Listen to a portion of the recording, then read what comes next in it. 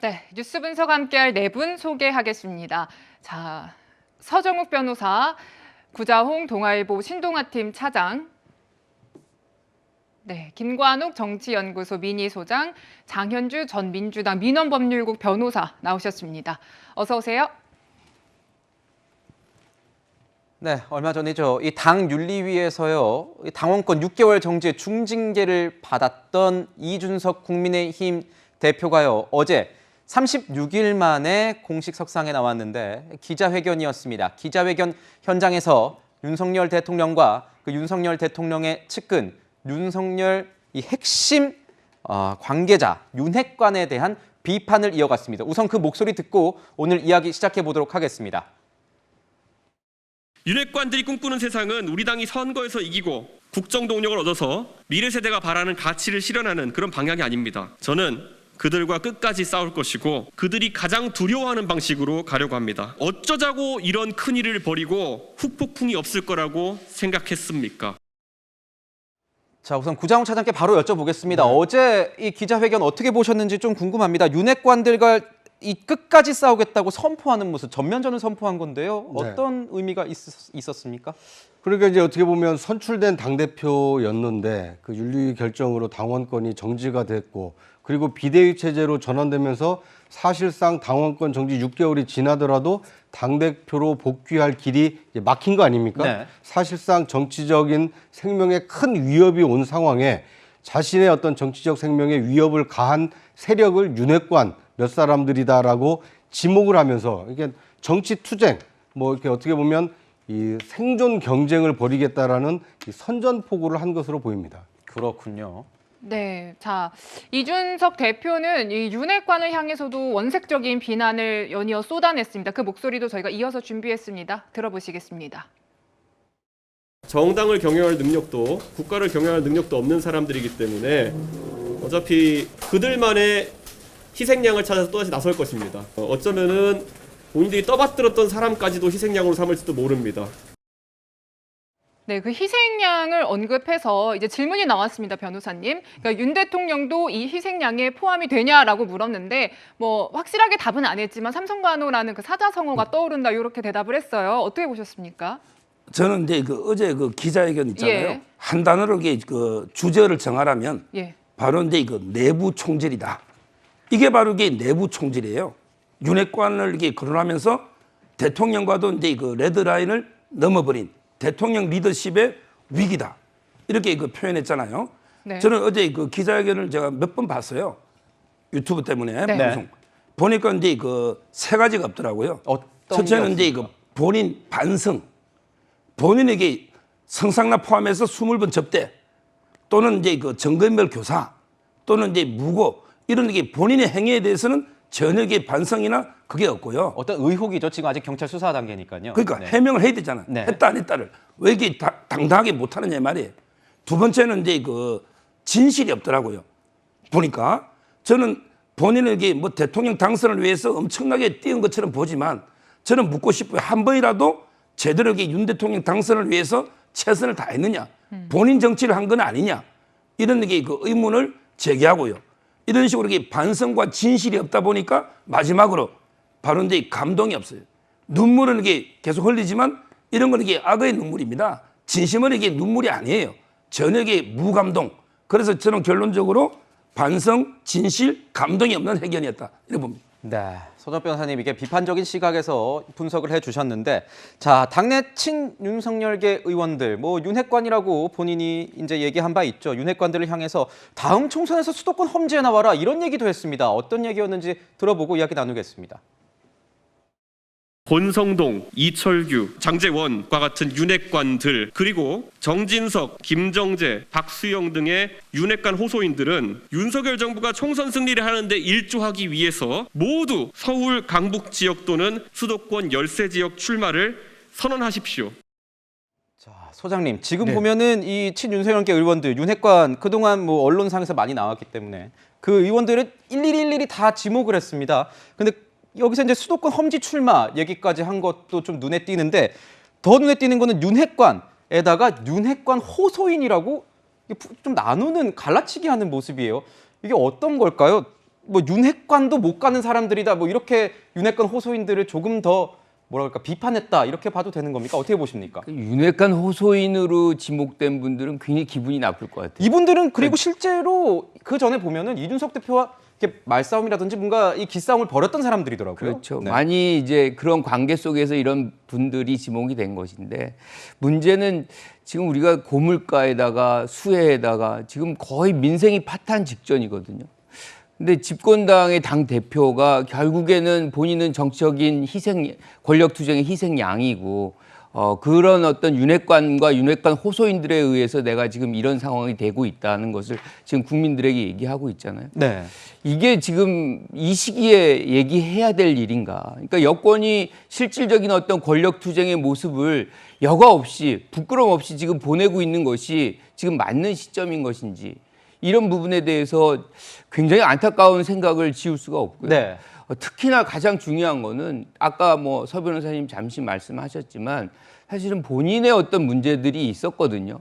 여기에 대해서는 일체 얘기가 없어요. 본인에 대한 얘기는 하지 않고 그렇죠. 남의 얘기만 했다. 그렇죠. 그러니까 본인의 어떤 얘기가 맞다 틀리다를 떠나서 본인의 어떤 의혹도 문제가 된 것이고 그 부분도 국민들에게는 일정 부분 집권당 대표로서 이거는 송구스럽다. 국민들께 일단은 사과를 하면서 본인이 어떤 뭐 희생양이 됐건 뭐 이런 지적들을 해 나가야만 국민들이 그래도 귀를 기울일 텐데 이건 뭐 양쪽에서 다 본인은 잘못했고 잘못하지 않았고 다 희생양이고 뭐 이런 식으로만 얘기를 한다 그러면 지금 이 수해 장면, 이 고물가의 장면에 네. 놓여 있는 국민들은 어디다가 기대고 이 생활을 해야 되는 것인지에 대한 안타까움을 지울 수가 없고요. 그래서 지금은 빨리 집권 여당, 정부 다 정신 차리시고 이런 어떤 권력 투쟁의 틀 속에서 빨리 벗어나는 행보를 해야만 하는 것 아닌가라는 생각합니다. 네. 네, 따끔한 지적을 해주셨는데 이준석 대표는 대통령을 향해서도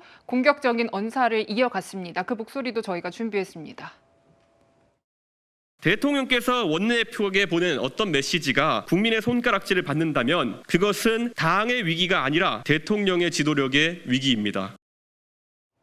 네, 뭐 대통령실에서 공식적인 반응이 나온 건 없는데요. 이제 고위 관계자 발로 하나의 멘트 나온 걸 저희가 소개를 좀 해드리겠습니다. 그러니까 이런 얘기가 나왔어요. 말장난 같은 말에 대꾸하는 것은 맞지 않다. 이런 얘기가 나왔는데 사실 대통령 취임 100일이 얼마 며칠 남지 않았습니다. 그런 상황에서 이 시점에서 이준석 대표의 이런 공격적인 기자회견이 달갑지만은 않을 것 같아요, 변호사님. 그렇습니다. 어제 기자회견에서 가장 주목받는 부분은 그동안 뭐 윤핵관들에 대해서는 어느 정도 저격성 발언들이 네. 이준석 대표가 많이 했었거든요. 네. 근데 대통령을 향해서 직접적인 직격을 날렸다는 부분은 좀 주목해봐야 될 것 같습니다. 네. 특히 대통령이 지도력의 위기라는 말을 쓴다든지 네. 아니면 대통령과 독대했던 사안에 대해서 어느 정도 폭력성 얘기를 한다든지 이런 부분들은 대통령실 입장에서 굉장히 난처한 부분이 아닐 수 없을 것 같은데요. 특히 내부 총질 관련 문자에 대해서는 이준석 대표로서는 많이 억울한 측면이 있을 것 같기는 합니다. 왜냐하면 이준석 대표가 이제 징계를 받았을 때는 이제 당원권 정지 6개월이었고 그거로 인해서는 사고 상태로 봐서 권성동 직무대행 체제로 일단 가고 있었기 때문에 6개월 후에 당대표로 다시 돌아올 수 있는 가능성이 열려는 있었거든요. 그런데 갑자기 내부 총질 문자가 공개되면서 네. 갑자기 비대위 상황, 비상 상황으로 당이 급속도로 내홍에 불거져 가는 모습들이 있었습니다. 그렇다면 이준석 당대표 입장에서는 본인이 특별히 무언가를 더 잘못한 게 아님에도 그 문자가 공개됨으로써 국민의힘 내부가 비상 상황으로 정답을 정해놓고 가야 되는 모습들에 대해 굉장히 좀 억울함을 느꼈을 가능성이 있거든요. 그래서 어제는 그 부분에 대해 많이 울분을 토로하는 장이었다라고 봐야 될 것 같습니다. 울분을 토로하는 장이었다. 그렇군요. 지금 보면은 당에서도요, 이 윤핵관으로 지목된 이 사람들, 의원들도 굉장히 뭐 붕괴하는 이런 답변을 내놓고 있습니다. 아까 저희가 이제 그 CG로 좀 보여드렸었는데 이철규 의원 같은 경우에는 이준석 대표가 예전에 윤석열 대통령이 당선이 되면 지구를 떠난다고 했으니까 이 화성이든 달나라든 가면은 그때 나도 제일 어렵다는 호남 출마를 고려해보겠다 이렇게 얘기를 했거든요. 변호사님.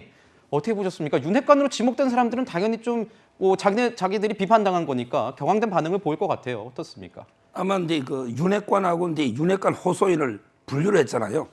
호소인은 이제 그 옛날에 박원순 시장이 그 피해 호소인 이 표현에 쓰게 빌려온 것 같아요.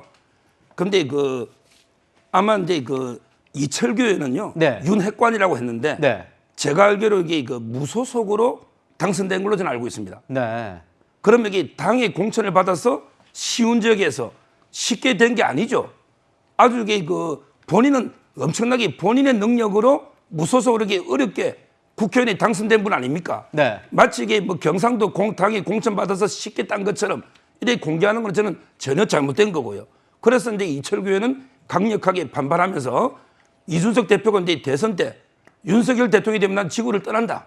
이런 게 표현이 있잖아요. 그래서 아마 반격을 이준석 대표가 지구를 떠나면 나는 이게 호남에 출마하겠다. 이렇게 반격한 걸로 보이고 저는 이철규 의원의 반격은 정당하다. 이렇게 그 평가가 되고요. 그리고 이게 그 호소인 중에 정진석 의원 같은 분들은 왜 호소인인지 모르겠어요. 도저히 윤핵관과 호소인은 보통 호소인은 한 단계 아래잖아. 한 단계 아래로 좀 근데 정진석 의원은 네. 제가 보기에 윤핵관 중에 핵관인데 왜 호소인으로 분류되고 또 이게 김정재 의원은 뭐 때문에 또 호소인으로 가 있는지 뭐 이게 분류도 뒤죽박죽이 아닌 게 보입니다. 그렇군요. 이번 회견에서는 또 하나 이제 앞서 논란이 됐던 내부 총질 문자도 물론 언급이 됐고요. 그 문자에 나왔던 이른바 체리따봉, 그 이모티콘을 표현하는 것인데 자신은 그것을 못 받아봤다라고 이준석 대표가 언급을 했어요. 좀 뭔가 서운한 마음을 좀 드러낸 것 같기도 한데 차장님 보시기에는 어떤 심경이겠습니까? 체리따봉 그게 뭐라고 안 많이 봤어요. 회자가 돼요. 오늘 체리따봉 다시 한번 찾아봤습니다. 네. 아니 뭐 윤 대통령님께서 많이 좀 보내주시죠. 그 체리따봉 많이 보내주면 이 국정 운영에 열심히 일할 것 같으면 얼마든지 보내줘도 됩니다. 그리고 그런 것이 그렇게 중요한 건 아니거든요. 그러니까 너무 저는 지금 그 이준석 대표의 어떤 그 윤석열 대통령이나 윤핵관이라고 하는 분들과의 어떤 이 갈등을 부추기면서 자신은 못 받아본 것을 윤핵관들은 받았다. 그러니까 이런 식으로 서운함을 호소한다라는 것은 네. 지금 문제가 되고 있는 자신의 어떤 당원권 정지라든지 비대위 체제로 가는 것이 나는 아무런 잘못이 없는데 남들이 다 나를 지금 이렇게 당대표에서 끌어내리려고 한다. 그러니까 문제의 원인이 자신에게서는 찾지 않고 타인에게서만 찾는, 그러니까 이게 심리학적으로는 이렇게 타인 규인이라고 하거든요. 남 탓만 한다 네. 이건가요? 그러니까 남 탓을 해가지고는 남이 바뀌지 않으면 이 상황이 바뀌지 않는 겁니다. 그런데 그걸 자기로부터 좀 돌아본다라면 어떨까요? 윤리위 징계가 내가 성상납 의혹이 있었고 빨리 경찰 조사를 받아서 이 문제를 해결해야겠다. 내가 교사하지 않았다는 것도 빨리 경찰 조사를 통해서 입증을 해야 되겠다. 그러니까 자기로부터 비롯된 문제를 하나씩 해결해 나가려고 한다라면 지금의 문제가 악화되지 않고 오히려 좀 수습 국면으로 빠질 수 있는데 누구는 뭐 했고 누구는 뭐 했고 남은 또 그 뭘 받았는데 나는 못 받았고 이제 이런 식으로 자꾸 이 대통령 탓, 윤핵관 탓 이렇게 하다 보면 이 자기의 문제가 이렇게 그 이 딜레마에 빠져버리거든요. 이 미루 속에 빠져서 어디서부터 이 그 실타래를 풀어야 될지 모르는 상황인데 지금 어제 이준석 대표의 이 그 장시간의 어떤 호소는 자신의 억울함을 피력하는 것은 충분히 어필이 됐습니다만 당대표를 지낸 사람이 국민의힘의 내홍을 수습하는데 어느 정도 도움이 됐습니까? 지지율 떨어진 윤석열 대통령의 국정 지지율 끌어올리는데 어제 기자회견이 얼마나 도움이 됐습니까? 오히려 저는 갈등만 더 적나라하게 드러내서 윤석열 대통령을 뽑아준 이 국민들조차도 도대체 국민의힘 이준석 대표 안 되겠다. 이런 그 기대가 실망으로 바뀐 데서 끝나지 않고 좌절로 가지 않을까. 네. 저는 오히려 그런 기자회견이 되지 않았나. 상당히 좀 안타까운 생각이 듭니다. 이게 시점상으로도 약간 대통령실에서는 뼈아플 수 있다 뭐 이런 얘기도 나오던데요. 8월 13일 이전에 8월 12일에 무슨 일이 있었습니까? 윤석열 대통령이 취임하고 처음으로 단행된 특별 사면이 발표가 됐습니다. 네. 이재용 삼성 부회장, 신동빈 이 롯데 회장. 자, 지금 어려워진 경제를 살리기 위해서 이 대기업들이 좀 앞장서서 이 대한민국 경제를 다시 뛰게 좀 만들어 달라. 대통령 고유 권한인 사면 복권을 행사했습니다. 이거에 대해서 많은 국민들이 그러면 이 재벌 총수들이 어떻게 이 대한민국 그 경제 성장을 위해서 기여할지 궁금증을 가지고 지켜보고 있었을 텐데 어제 이준석 대표의 기자회견이 그런 것들을 다 묻혀버리게 만들었거든요. 더더군다나 내일은 8.15 그 광복절입니다. 예. 광복의 의미를 되새기고 윤석열 정부가 앞으로 어떻게 5년 동안의 그 임기를 끌고 나갈지 이거에 대해서 이 국정 비전을 지금 제시를 해야 되는 기자회견이 그 이틀, 3일 앞으로 지금 다가와 있는데 이 모든 이슈를 이준석 대표의 기자회견이 블랙홀처럼 다 빨아들인 겁니다. 이것이 국민의힘을 위한 것입니까? 아니면 윤석열 정부를 위한 것입니까? 아니면 대한민국을 위한 것입니까? 이준석 억울함을 호소하기 위해서 국정을 더 혼란으로 빠뜨리는 이런 것에 대해서 정치인 이준석의 미래가 밝아지겠습니까? 네. 저는 오히려 이런 때일수록 자신의 억울함은 시간이 해결해 주겠지.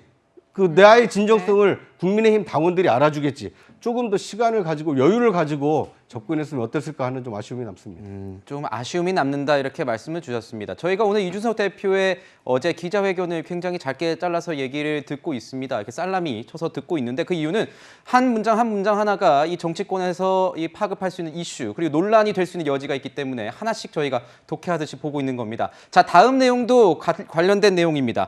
자, 이준석 대표가요, 이 대선 당시에 굉장히 좀 억울한 측면도 있었다 이렇게 얘기를 했습니다. 이야기 들어보겠습니다.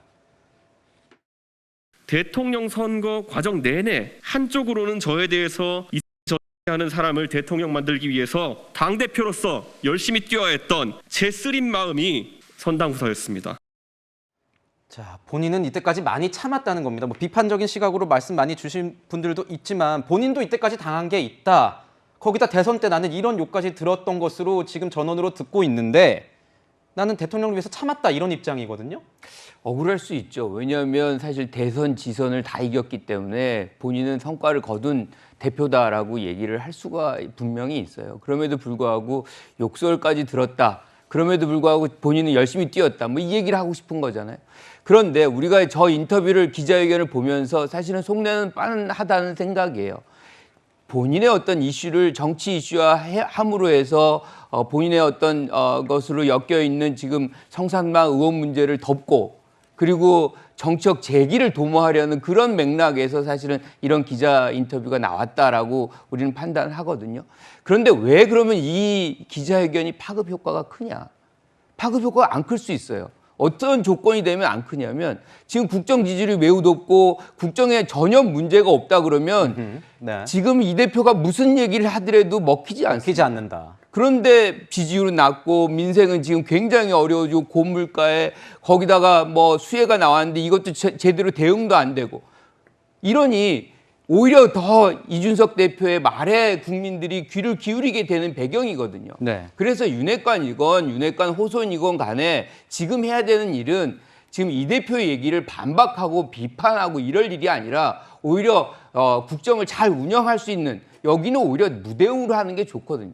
잘해서 국민들이 지지율이 올라가고 이 정부의 어떤 성과에 대해서 인정을 한다면 무슨 얘기가 나와도 사실은 영향력이 그렇게 크지 않아요. 그러니까 초심으로 돌아간다고 또 뭐 윤 대통령도 말씀을 하셨죠. 그러면 지금 이 상황을 계속해서 말한 것을 또 반박하고 이렇게 악순환의 고리를 끊지 않고 이렇게 간다면 사실 국민들 더 불편해지거든요. 지금은 국정에 더 열심히 노력하는 것만이 해결책이다. 저는 이렇게 생각합니다. 네. 네, 어제 기자회견 이후에 이준석 대표는 또 SNS를 통해서 입장을 밝히고 있는데요. 먼저 그 회견에서 이 양두구육 관련한 발언이 나온 게 이제 연결돼서 이야기가 이어지고 있습니다. 자, 돌이켜보면 양의 머리를 흔들며 개고기를 가장 열심히 팔았고 가장 잘 판 사람 바로 저였다. 이런 내용이 어제 회견에 담긴 거예요. 여기에 대해서 이런저런 해석이 정말 많이 나왔습니다. 이제 이철규 의원이나 뭐 김미애 의원 당내에서 비판이 많이 나왔고 뭐 대통령을 개고기라고 비유하는 것이냐라는 이제 격앙된 그런 반발들이 나왔는데 그 아니라는 거예요. 결국 이준석 대표는 그런 해석 잘못됐다는 것이고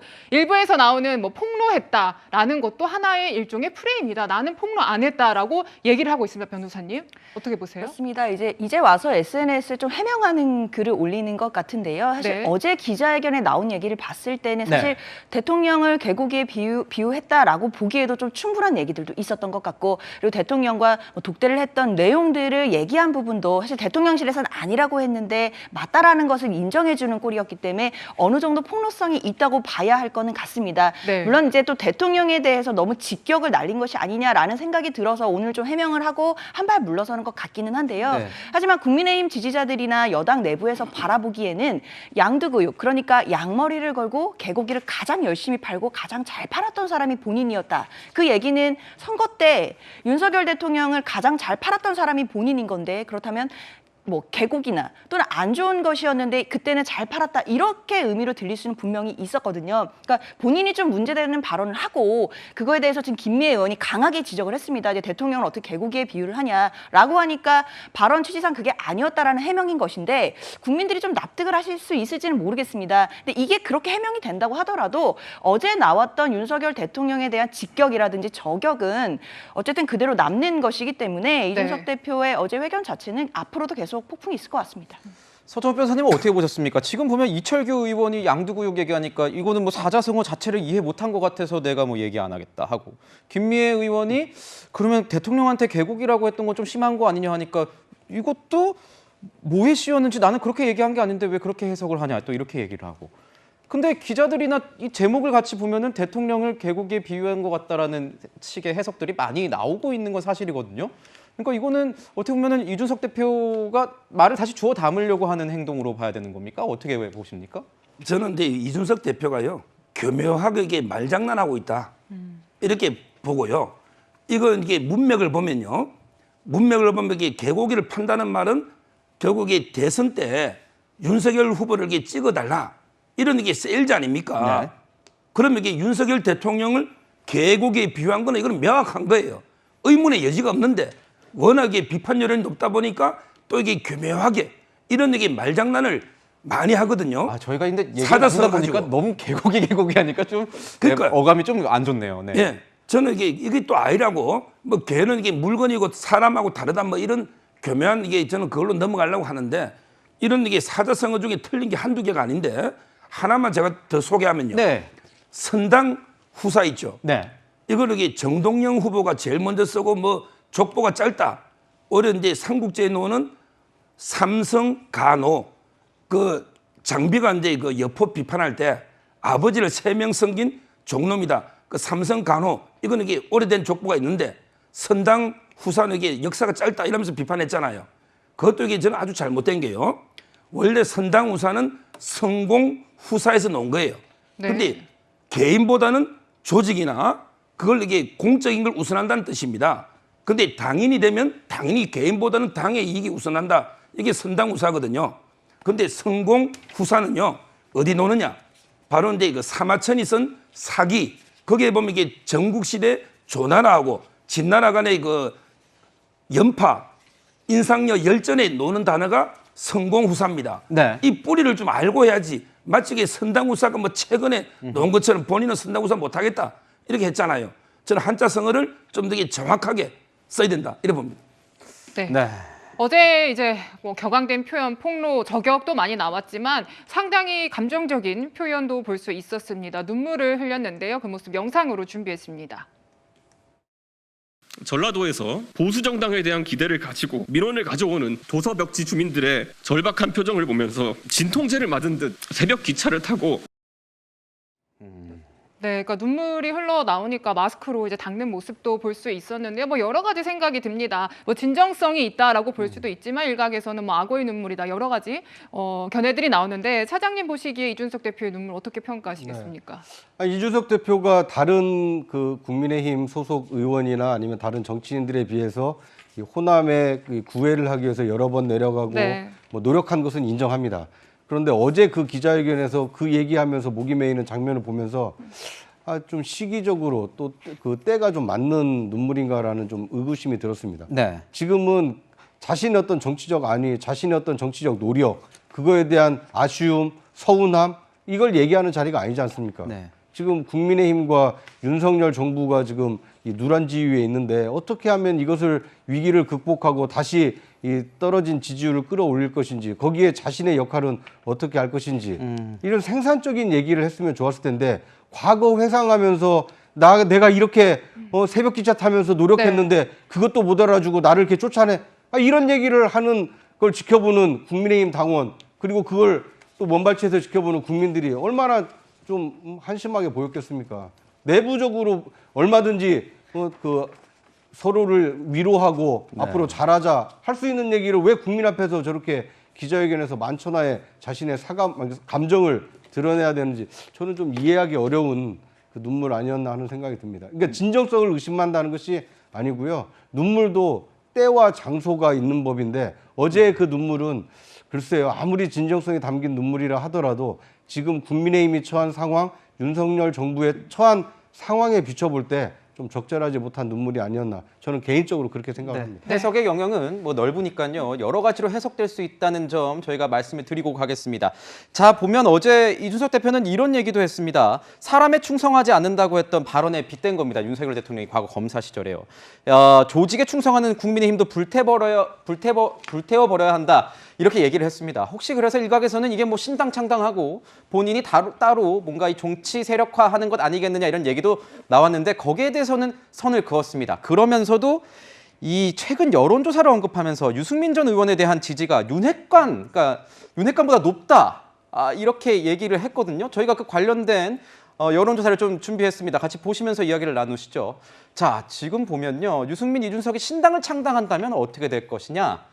자, 어떤 판단을 할 것이냐. 이렇게 얘기가 나왔습니다. 보수 신당 지지하겠다가 42.5%가 나왔어요. 변호사님. 어떻게 보십니까? 지지율이요. 네. 저는 이제 뭐 지금 이게 그 이준석 대표는 유승민 후보하고 옛날에 자기하고 이게 지지율 합치면 윤핵관보다 이게 훨씬 높다. 윤핵관은 이게 그 10%밖에 안 된다. 뭐 이런 이게 이야기도 하고요.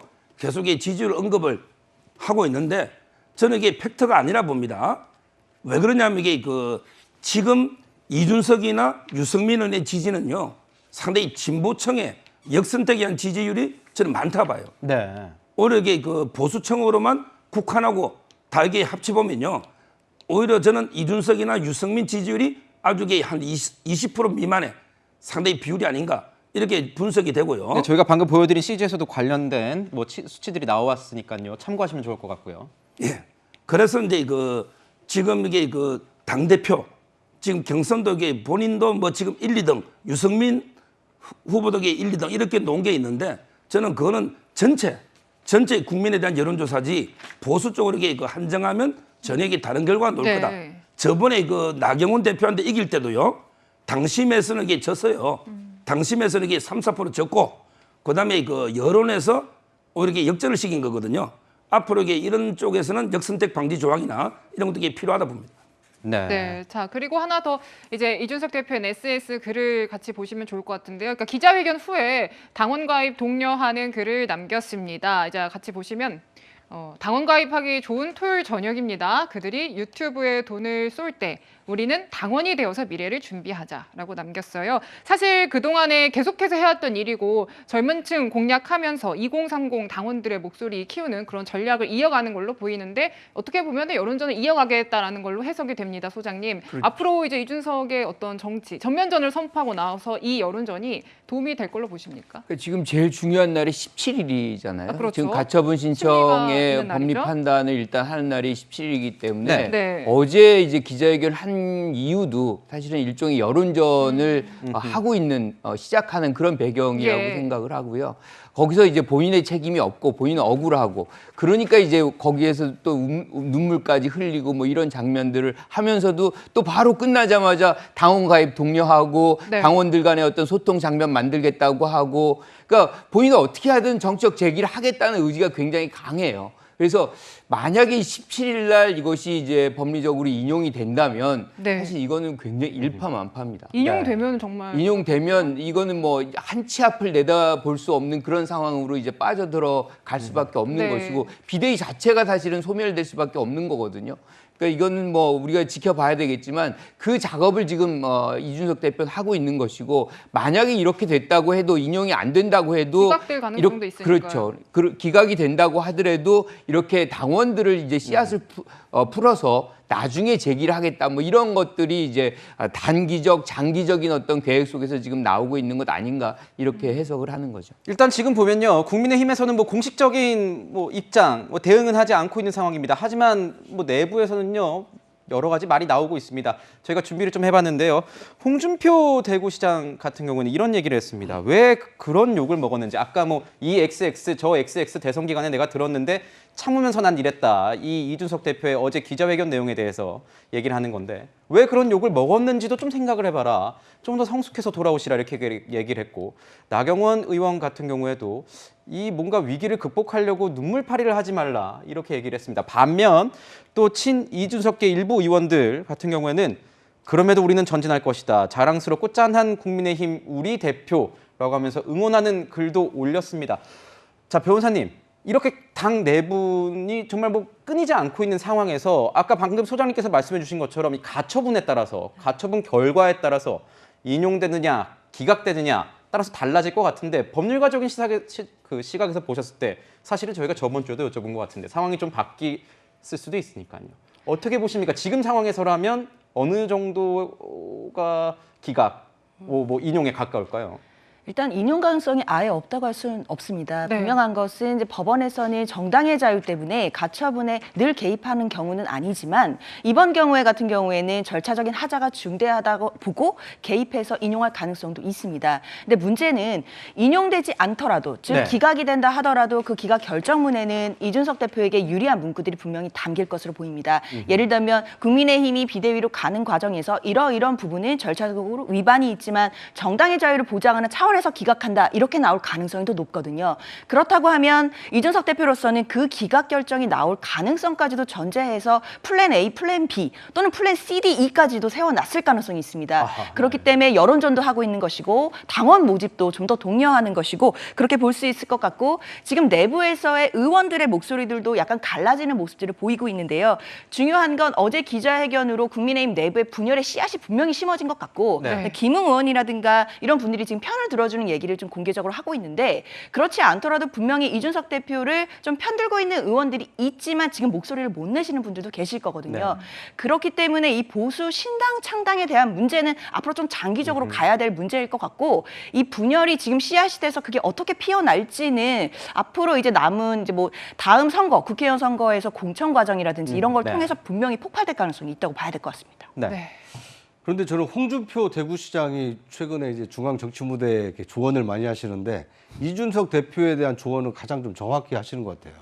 그러니까 약간 애정도 담겨 있는 조언이다라는 생각이 드는데 대표적인 게 그런 거 아닙니까? 왜 욕을 얻어먹었는지 한번 생각을 해봐라.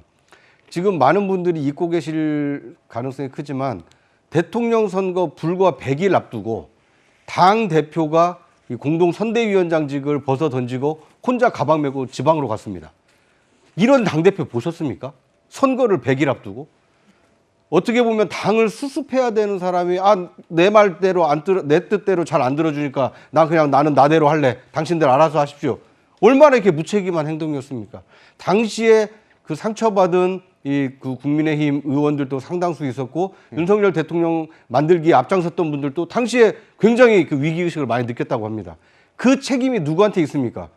그런 상황을 만든 사람을 탓할 수도 있겠지만 아무리 그런 상황이 온다고 하더라도 당대표라는 가장 엄중한 2인자 자리를 차지하고 있던 분이 당무를 거부하고 그 지방으로 갔던 거 이거에 대해서 자기 반성을 해야 되는 거 아닙니까? 어디 그것뿐입니까? 또 한 번 그런 2차 파동이 있었지 않았습니까? 그러니까 이런 것들이 누적이 되어 왔고 결국 신승을 하긴 했지만 지방선거까지도 승리를 하긴 했지만 그것에 대한 잘잘못을 가리자. 더더군다나 어떤 성상납 의혹과 그다음에 그 증거인멸 교사 의혹까지 있으니 일단 당원권을 정지하자. 이렇게 결정이 내려진 겁니다. 본인은 많이 억울할 수 있지만 지금 지난 대선에서부터 이 최근 그 국민의힘 비대위 상황까지를 잘 알고 있는 분들은 이준석 대표의 억울함보다는 국민의힘이 여기에서 더 분열돼서는 안 된다. 더 국민의 어떤 지지를 잃어서는 안 된다. 이런 안타까운 심정으로 지켜보고 있는 의원들이 많습니다. 네. 이런 점을 이준석 대표가 한번 생각을 해야 될 것 같고요. 네. 또 한 가지는 이준석 대표가 우군이 별로 없습니다. 그러니까 당대표라는 것은 당 의원들 아니면 당직자들 이런 분들이랑 수시로 소통하고 밥도 먹고 차도 마시고 술도 마시면서 자기의 뜻에 동조하는 사람들을 규합을 해야 되거든요. 그런데 이준석 대표에 대한 평가가 뭐냐면 대외 활동, 방송 출연이라든지 아니면 대외 활동은 굉장히 열심히 하시는데 내부 소통에는 좀 소홀하셨다. 이제 이런 평가가 좀 있습니다. 그런 것도 지금 이 당원권 정지 그리고 이 비대위 체제로 전환되는데 이준석을 구하려는 당직자가 몇 명이나 됩니까? 이준석을 구하려는 국회의원이 몇 명이나 됩니까? 그러니까 이걸 한번 좀 돌아보시고 앞으로 다시 정치를 당대표나 아니면 중요한 직책을 맡아서 하게 된다라면 주변에 나를 지탱해 줄 수 있는, 함께 일할 수 있는 사람들을 좀 많이 만들어야 되겠다. 이렇게 생각하면 어떨까 하는 생각이 듭니다. 네. 네, 뭐 사실상 전면전을 선포한 이준석 대표의 기자회견 이후에 후폭풍 짚어봤고요. 당장은 17일 법원의 심리가 분수령이 될 것 같습니다. 네, 저희는 용산 대통령실로 넘어가겠습니다.